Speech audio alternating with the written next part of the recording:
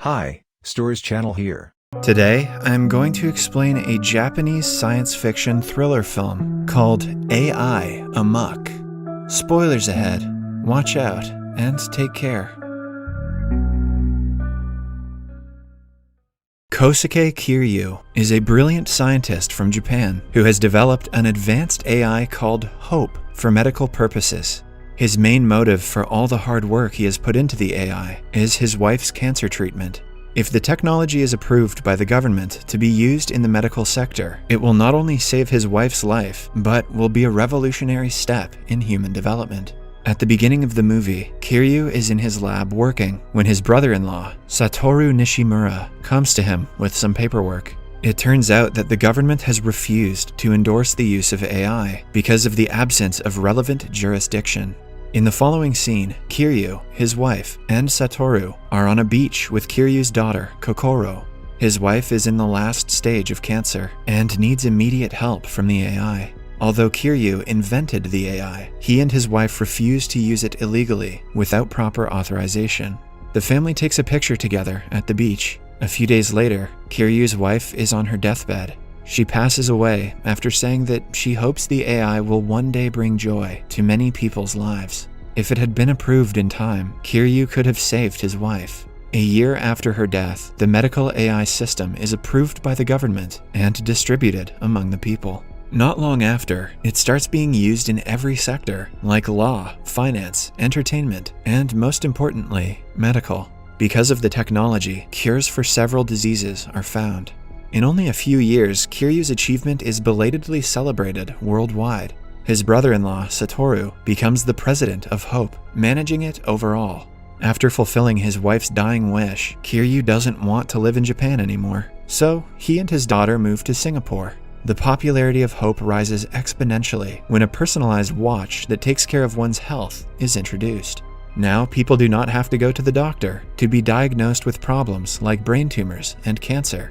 What fun! Who wouldn't want their watch to tell them they have a brain tumor?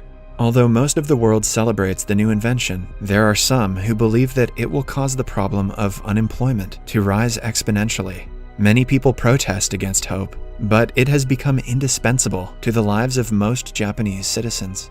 In 2030, Kiryu and Kokoro are living in a beach house in Singapore. However, Kokoro misses her mother a lot and desires to return to Japan.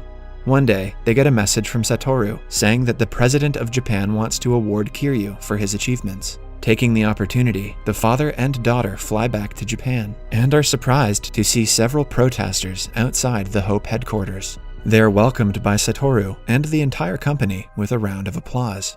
Following that, they are given a tour of the building. They get to see the server room where the heart of Hope is kept. It is a massive machine that serves as the core motherboard of Hope. The place is tightly secured because the machine is connected to the lives of every Hope user. 2 drones from the heart recognize Kokoro using their face scanning feature. Following the tour, a press conference is held to welcome Kiryu and for him to talk about his invention. During the conference, the protesters manage to break in and interrupt Kiryu while he is talking. Following that, Kiryu meets a police officer named Sakuraba. Sakuraba has been bothering Satoru to let the police department use Hope to hack people's personal belongings and solve crimes. Since it would be a breach of people's privacy, he has been denied the Orwellian request. For once, the stalkers are being shut down. On his way out, Kiryu is followed by a journalist who is clearly against AI. He hands Kiryu his card, claiming that he wants to interview him. When Kiryu and Kokoro are in the car, the little girl notices that she has lost the only picture of her mother. She runs inside with the staff to look for it, while Kiryu and a girl drive to the convention, where he is being awarded by the president. Kokoro and the others go to the server room to look for the lost picture. Meanwhile, in several different hospitals in Japan, Hope suddenly starts to malfunction. Many patients die because of the lag, while the medical workers panic, not knowing what is causing it.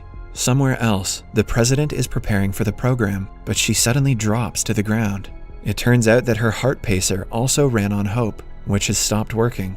She is rushed to the hospital, but to no avail. The automated driving system that uses Hope also malfunctions, causing several accidents. As Hope stops working throughout the nation, Satoru and the engineers in the headquarters are informed. They run to the control room to find out what is wrong with the program, leaving Kokoro alone in the server room. Because of the breach in the system, the security lock is activated and Kokoro is locked in. The news makes it to the TV, and Kiryu also finds out about the malfunctions. When he calls his brother, he is even more worried to see Kokoro locked alone in the server room. With time, the room's temperature will drop below 0 for the machines to cool. They have to bring her out before she dies of cold. The programmers at Hope get to work and find out that there has been a strange login to the protected server, which supposedly caused the malfunctions. They locate the area where the hacker is and send little insect-like filming devices to the location. Meanwhile, a worried Kiryu is stuck in traffic. He opens his bag and finds a tablet that is uploading the virus to Hope. Just then, the police locate him and arrest him for being the hacker. It is clear that someone is trying to frame him, but Kiryu has no way to prove it. Just then, a car accident takes place nearby that distracts the police, and Kiryu manages to escape. Throughout all of this, the journalist from earlier is taking his pictures from a car behind him. With the suspect escaping, Sakuraba and his team are given the responsibility to catch him. Taking the opportunity, Sakuraba uses the Hope AI program to look for Kiryu without waiting for permission. So much for the AI malfunctioning, I guess. 2 officers named Godo and Asano are also added to the team to help them. Godo doesn't feel comfortable seeing Sakuraba invading the public's privacy to look for Kiryu. Using CCTV cameras, cameras from people's dashboards, and even cameras from people's mobile phones, Sakuraba is able to locate Kiryu. At one point, Kiryu realizes that he is being watched, so he enters the sewers. He calls Satoshi from there and tells him that someone is trying to frame him. The call is being traced, so Sakuraba and the team can hear them talking.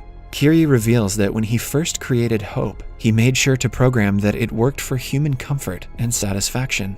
He believes that in recent years, someone has programmed Hope differently. That is why it has started to work on its own and not take human commands.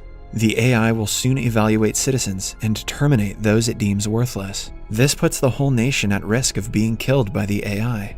Just then, we see an infant in a stroller that is run by the AI. It calculates the overall medical bill that the infant might have to pay in its entire life, and deems it to be unworthy of life. Following that, the stroller activates yeet.exe and falls off the stairs.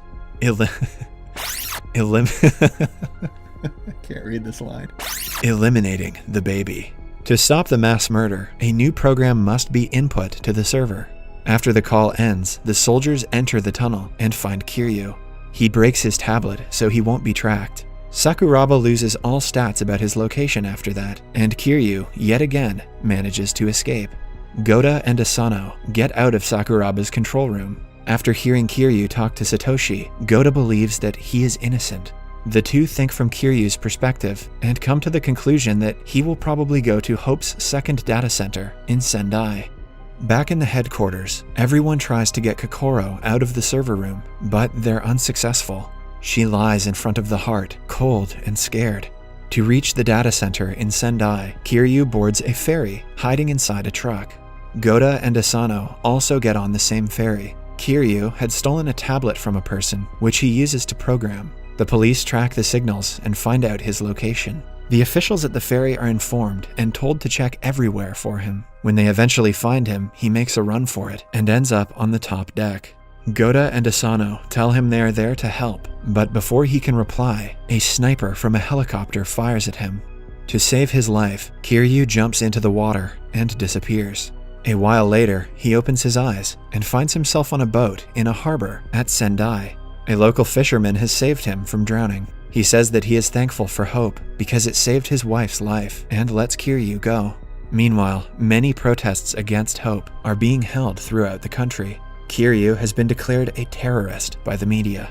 In Sendai, Kiryu goes to an abandoned university that was the place where he first invented Hope.